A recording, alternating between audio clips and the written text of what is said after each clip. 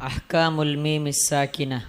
والميم إن تسكن تجي قبل الهجاء لا ألف لينة لذي الحجاء. أحكامها ثلاثة لمن لبت إخفاء إدغام وإظهار فقط. فالأول الإخفاء عند الباء وسمه الشفي للقراء. والثاني إدغام بمثلها أتى وسم إدغاما صغيرا يا فتى. والثالث الإظهار في البقية من أحرف وسمها الشفية. واحذر لدى واو وفاء تختفي لقربها واتحاد فاعرفي. അടുത്ത ഹെഡിങ് അഹ്കാമു അൽ മീമി അസ്സാക്കിന. സാക്കിനായ മീമിൻ്റെ വിധിവിലക്കുകളാണ്. നമ്മൾ ഫസ്റ്റ് ബാബ് സാക്കിനായ നൂനിൻ്റെയും തൻവീൻ്റെയും വിശദീകരിച്ചു. ഇത് സാക്കിനായ മീമിൻ്റെ വിധിവിലക്കുകൾ. വൽ മീമു ഇൻ തസ്കുൻ തജി ഖബലൽ ഹിജ. മീമ് ഇൻ തസ്കുൻ, അത് സുക്കൂനുടേതായാൽ, സാക്കിനായാൽ, പറഞ്ഞാൽ സാക്കിനായ മീം തജി ഖബലൽ ഹിജ, അത് ഹിജായിയായ ഹർഫുകൾക്ക് മുമ്പിൽ വരുന്നതാണ്. ലാ അലിഫിൻ ലയ്യിനത്തിൻ ലിദിൽ ഹിജ. എന്നാൽ ലയ്യിനത്തായ മദ്ദിൻ്റെ ഹർഫുകളുണ്ടല്ലോ, അലിഫ് വാവ് യ, ഇതിൻ്റെ മുമ്പിൽ സാക്കിനായ മീം വരികയില്ല. ലാ അലിഫിൻ ലയ്യിനത്തിൻ, ലയ്യിനായ അലിഫിൻ്റെ മുമ്പിലല്ല, അതിൻ്റെ മുമ്പിൽ സാക്കിനായ മീം വരൂല. അതിൻ്റെ മുമ്പിൽ അലിഫാണെങ്കിൽ മുമ്പ് മഫ്തൂഹാകണം, വാവാണെങ്കിൽ മുമ്പ് മൽമൂമാകണം, യാ ആണെങ്കിൽ മുമ്പ് മക്സൂറാകണം. അതാണ് ഹുറൂഫുൽ മദ്ദിൻ്റെ പ്രത്യേകത. അതുകൊണ്ട് തന്നെ ഹുറൂഫുൽ മദ്ദിൻ്റെ മുമ്പിൽ സാക്കിനായ നുൻ വരൂല. അതല്ലാത്ത ഹുറൂഫുൽ മദ്ദ് ഏതൊക്കെയാണ്? വായ്, വാവ്, അലിഫ്, യാ, ഇത് സാക്കിനായിരിക്കും. അതിൻ്റെ മുമ്പിൽ സാക്കിനായ മീം വരികയില്ല. ലിദിൽ ഹിജ, ബുദ്ധിയുള്ളവൻ്റെ അടുക്കൽ. സൂ, അതിൻ്റെ ലിദി. അൽ ഹിജ, ഹിജ എന്ന് പറഞ്ഞാൽ ബുദ്ധി. അൽ അഖൽ, ബുദ്ധിയുള്ളവൻ്റെ അടുക്കൽ. ലിദിൽ ഹിജ എന്ന് ഇവിടെ ഷെയ്ഖുൽ കൊടുത്തത് ബൈത്തിൻ്റെ പ്രാസൊപ്പിക്കാൻ വേണ്ടിയിട്ടാണ്. അതിന് പ്രത്യേക അർത്ഥമില്ല. അതിന് മുമ്പ് എന്ത് പറഞ്ഞു? ഖബലൽ ഹിജ എന്ന് പറഞ്ഞില്ലേ, അതിനോട് ഒത്തുവരാൻ വേണ്ടിയിട്ട് അലാ അലിഫിൻ ലയ്യിനത്തിൻ ലിദിൽ ഹിജ എന്ന് പറഞ്ഞതാണ്.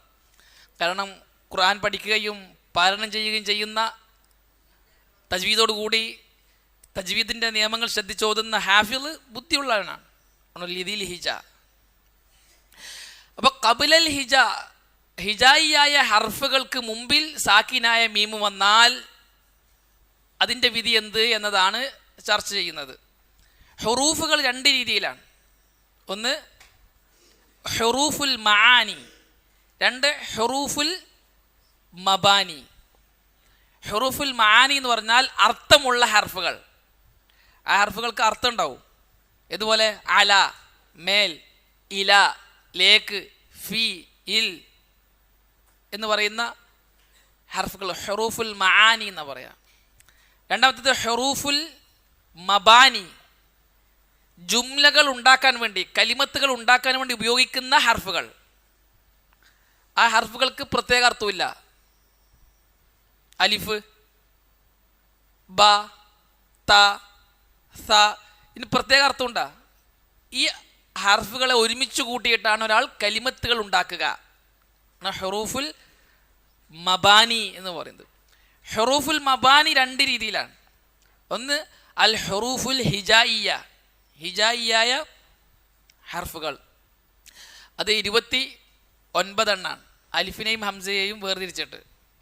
രണ്ടാമത്തേത് ഹുറൂഫുൽ അബ്ജദിയ, അബ്ജദിയായ ഹുറൂഫുകൾ. അത് 28 എണ്ണാണ്. അൽ ഹുറൂഫുൽ ഹിജായിയ പറയാനുള്ളതാണ്. അലിഫും ബ താഉൻ സ ജീമുൻ ഹാഉൻ പാട്ട് കേട്ടിട്ടില്ല? അതാണ് അൽ ഹുറൂഫു അൽ ഹിജായിയ. അൽ ഹുറൂഫുൽ അബ്ജദിയ എന്നുള്ളത് എഴുതാനുള്ളതാണ്. അപ്പോൾ അൽ ഹുറൂഫുൽ ഹിജായിയക്ക് പറയുക അൽ മന്തൂഖ, അൽ ഹുറൂഫുൽ മന്തൂഖ. അൽ ഹുറൂഫുൽ അബ്ജദിയക്ക് പറയും അൽ ഹുറൂഫുൽ മക്തൂബ, എഴുതുന്ന ഹർഫുകൾ. അബ്ജദിയ എന്ന് ഈ ഹർഫുകൾക്ക് പേര് വരാൻ കാരണം ഈ 28 ഹർഫുകളെ ഒരാൾ കവിതയാക്കിയിട്ടുണ്ട്. ആ കവിത തുടക്കം അബ്ജദ് എന്നാണ്, അബ്ജദിയ.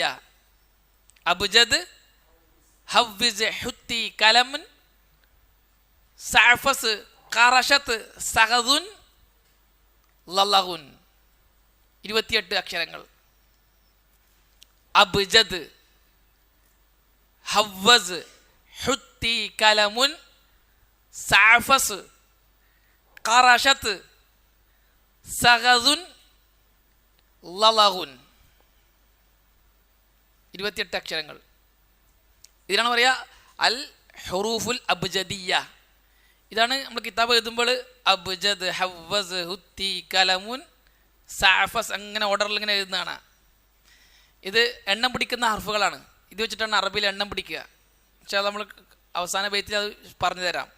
ഷെയ്ഖ് അവറുകൾ ഈ ബൈത്തിൻ്റെ എണ്ണവും ഈ ബൈത്ത് എഴുതിയ താരീഖും ഡേറ്റും ഒക്കെ ഈ എണ്ണം വെച്ചിട്ട് പറയുന്നുണ്ട്. അപ്പോൾ നമുക്കത് വിശദീകരിക്കാം ഇൻഷാ അല്ലാഹ്.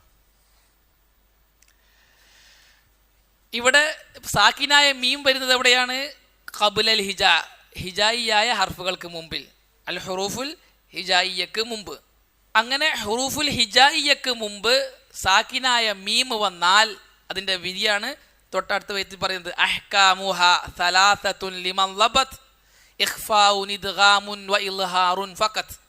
അഹ്കാമുഹ, ആ സാക്കിനായ മീമിൻ്റെ വിധികൾ, സലാസത്തുൻ മൂന്നെണ്ണമാകുന്നു, ലിമൻ ലബത്ത അതിനെ ലബത്ത് ചെയ്യുന്ന ഒരാൾക്ക്, ക്ലിപ്തപ്പെടുത്തുന്ന ഒരാൾക്ക്, രേഖപ്പെടുത്തി വെക്കുന്ന ഒരാൾക്ക് 3 അഹ്കാമുകളാണുള്ളത്. അതേതൊക്കെയാണ്? ഇഖ്ഫാഉൻ, ഇദ്ഗാമുൻ, ഇൽഹാറുൻ ഫഖത്ത്. ഇഖ്ഫാ, ഇദ്ഗാം, ഇൽഹാർ എത്രമാത്രമാണ്? ഫൽ അവ്വലുൽ ഇഖ്ഫാഉ ഇൻദൽ ബാഇ. സാക്കിനായ മീം ബാഇന്റെ മുമ്പ് വന്നാൽ അപ്പോഴാണ് ഇഖ്ഫാ ചെയ്യേണ്ടത്. ഫൽ അവ്വലു അൽ ഇഖ്ഫാഉ ഇൻദൽ ബാഇ. ബാഇന്റെ മുമ്പിൽ സാക്കിനായ മീം വന്നാൽ ഇഖ്ഫാ ചെയ്യണം. എങ്ങനെ ഓതണം? ഫഹ്കുംബി, ഫഹ്കുംബി, ഫഹ്കുംബി, അംബിലാഹിർ, അംബിലാഹിർ. ഇഖ്ഫാ നമ്മൾ നമ്മൾ കഴിഞ്ഞ ക്ലാസ്സിൽ വിശദീകരിച്ചത് എങ്ങനെയാണ് ഉച്ചരിക്കേണ്ടത്. ഇദ്ഗാമും അല്ല ഇൽഹാറും അല്ല. ഇൽഹാറിനെ പോലെ വെളിവാക്കി ഉച്ചരിക്കാനും പാടില്ല, ഇദ്ഗാമിനെ പോലെ മണിച്ചുച്ചരിക്കാനും പാടില്ല. അതിൻ്റെ ഇടയിലുള്ള ഹാലത്താണ് ഇഖ്ഫാ.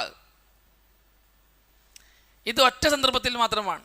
സാക്കിനായ മീമിന് ശേഷം ബാ വന്നാൽ മീമിനെ ഇഖ്ഫാ ചെയ്യണം. വസമ്മിഹി ഷഫ്വിയ്യ ലിൽ ഖുറാഇ. അതിന് ഷഫ്വി, അൽ ഇഖ്ഫാഉ ഷഫവി എന്ന് നീ പേര് വെക്കണം. സമ്മിഹി, ഈ ഇഖ്ഫാഇന് നീ പേര് വെക്കണം. അഷ്ഷഫ്വി, ബൈത്തിന് വേണ്ടിയിട്ട് ഷഫ്വി എന്നാക്കിയതാണ്. ശരിക്കും എന്താണ്? ഷഫവി എന്നാണ്. അൽ ഇഖ്ഫാഉ ഷഫവിയു എന്ന് പേര് വെക്കണം. ലിൽ ഖുറായി എന്ന് പറഞ്ഞാൽ ഇൻദൽ ഖുറായി, ഖുറാകളുടെ അടുക്കൽ. കാര്യങ്ങൾ അതിനങ്ങനെയാണ് പേരിട്ടിട്ടുള്ളത്. എന്തുകൊണ്ട്? ബാവും മീം ഉച്ചരിക്കുന്നത് എന്തിൽ നിന്നുമാണ്? ബായിൻ്റെയും മീമിൻ്റെയും മഖ്റജ് എവിടെയാണ്? ഷഫത്താനെയാണ് അല്ലേ? അവിടുന്ന് ഷഫവി എന്നിട്ടത്. ചുണ്ട് മഖ്റജായ 4 ഹർഫുകളുണ്ട്. ഏതൊക്കെയാണ്? ബ, മീം, ഫ, വാവ്. പറയുമ്പോൾ തന്നെ തിരിയും അല്ലേ? ഇത് 4ഉം വാവ് ഏതാണ്? ഗൈറുൽ മദ്ദിയ, മദ്ദിൻ്റെ ഹർഫല്ലാത്ത വാവ്. അതുകൊണ്ടാണ് ഇഖ്ഫാഉൻ ഷഫവിയുൻ എന്ന് പറഞ്ഞത്. ബാവും മീമും ചുണ്ടിൽ നിന്നുമാണ് പുറപ്പെടുന്നത് എന്നതുകൊണ്ട്. അടുത്തത് വസ്സാനി ഇദ്ഗാമുൻ ബിമിസ്ലിഹ അത വസമ്മിഹി ഇദ്ഗാമൻ സഗീറൻ യാ ഫത.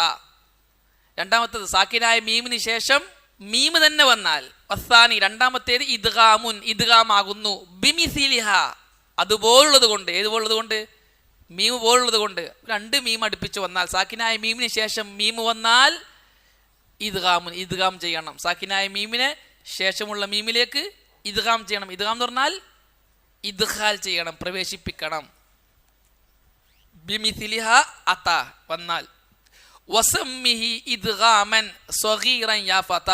ഇതിന് ഇദ്ഗാമുൻ സഗീർ എന്ന് നീ പേര് വിളിക്കണം. വസമ്മിഹി, നീ ഇതിന് പേര് വെക്കണം. ഇദ്ഗാമൻ സഗീറൻ, ഇദ്ഗാമുൻ സഗീർ എന്ന് പേര് വെക്കണം. അതെന്തുകൊണ്ടാണ് ഇദ്ഗാമുൻ സഗീർ എന്ന് പേര് വന്നതെന്നുള്ളത് ഇൻഷാ അല്ലാഹ് നമ്മൾ അടുത്ത ബാവിൽ പറയും.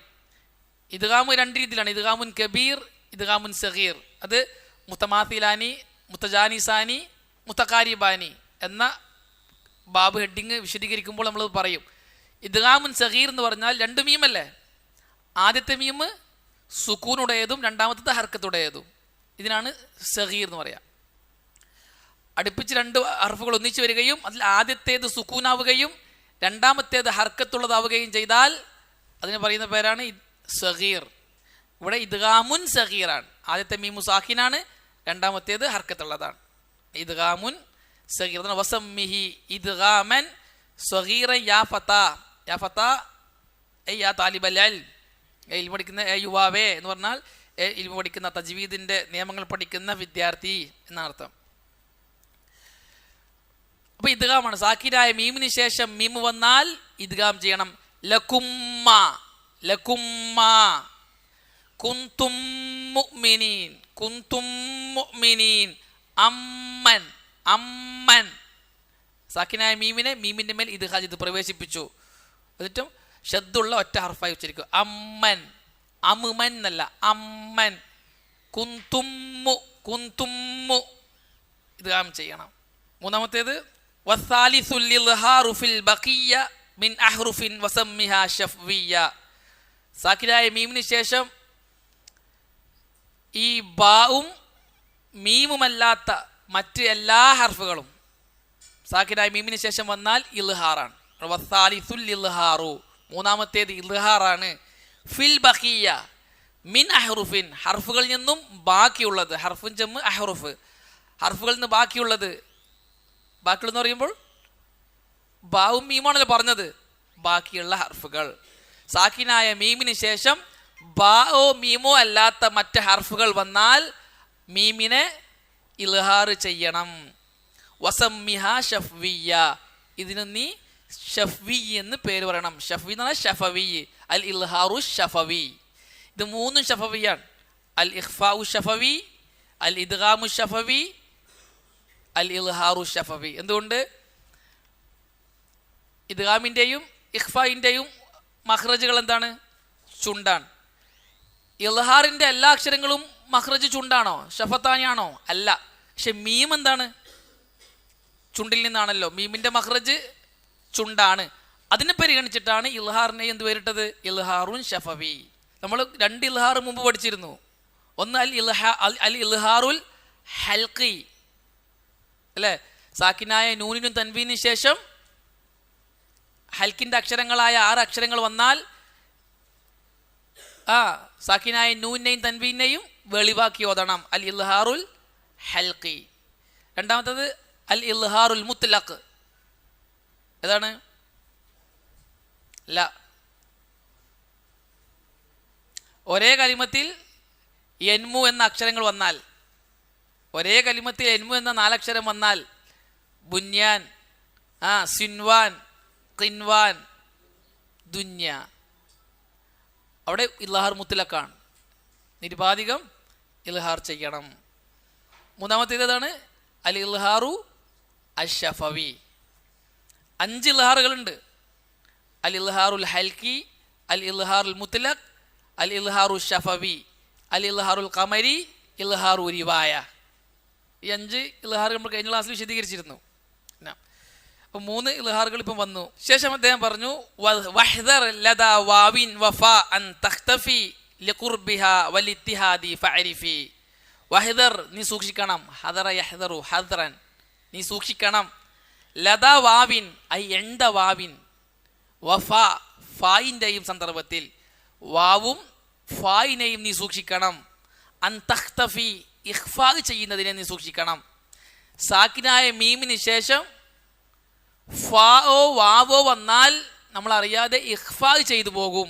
അതിനെ നീ സൂക്ഷിക്കണം. ഇഖ്ഫാ ചെയ്യാൻ പറ്റൂല. എന്തുകൊണ്ടാണ് ഇഖ്ഫാ ചെയ്തു പോകുന്നത്? ലിഖുർബിഹ വലിത്തിഹാദി, അതിൻ്റെ മഖ്റജുകൾ അടുത്തടുത്തായതിൻ്റെ പേരിലും ഒന്നായതിൻ്റെ പേരിലും.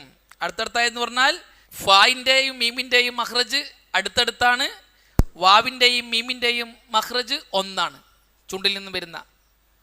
അതുകൊണ്ട് അറിയാണ്ട് എന്ത് ചെയ്തു പോവും? ഇഖ്ഫാ ചെയ്തു പോവും. റളിയല്ലാഹു അൻഹും വറളു അൻ എന്ന് പറയും. റളിയല്ലാഹു അൻഹും വറളു അൻ എന്നാണ്. 2 മീമിൻ്റെയും വാവിൻ്റെയും മഖ്റജ് ഒന്നായതുകൊണ്ട് അറിയാണ്ട് എന്ത് ഓതിപ്പോവും? റളിയല്ലാഹു അൻഹും വറളു അൻ എന്ന് ഓതിപ്പോവും. അത് നീ ശ്രദ്ധിക്കണം. വാവും ഫാവും സാക്കിനായ മീമിന് ശേഷം വന്നാൽ നീ ഇഖ്ഫാ ചെയ്യുന്നതിനെ സൂക്ഷിക്കണം. ഫാരിഫി അത് നീ മനസ്സിലാക്കുകയും ചെയ്യണം എന്ന്. سائلي عن مذهبي وعقيدتي رزق الهدى من للهداية يسأل اسمع كلام محقق في قوله لا ينثني عنه ولا